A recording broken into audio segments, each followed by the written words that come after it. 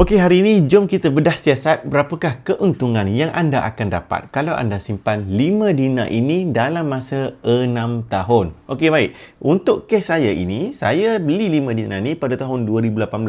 Pada masa itu, nilai 5 dinar ini ialah 5,500 sahaja. Pada hari ini, 5 dinar yang sama seperti dalam tangan saya ini telah pun meningkat harga kepada lebih kurang 13,900.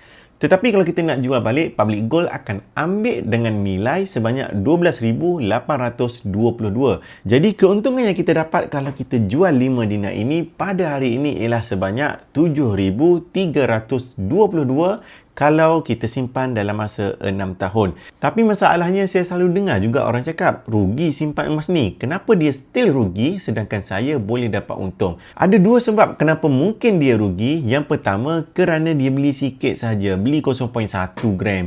Ataupun 1 gram itu sajalah yang dia ada daripada tahun 2018 sampailah ke hari ini. Memanglah susah nak dapat untung. Dan mungkin juga sebab yang kedua ialah dia tersalah beli emas.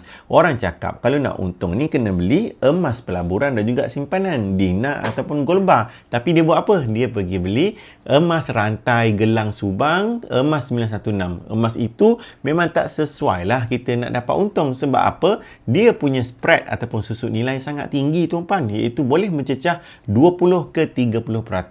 Jadi kalau anda nak simpan emas, jangan tersalah pilih emas, pilihlah emas pelaburan dan juga simpanan. Contohnya 5 dinar seperti yang dalam tangan saya ini. Dan yang paling penting, anda kena simpan untuk tempoh 2 tahun dan ke atas. Barulah kita boleh dapat untung.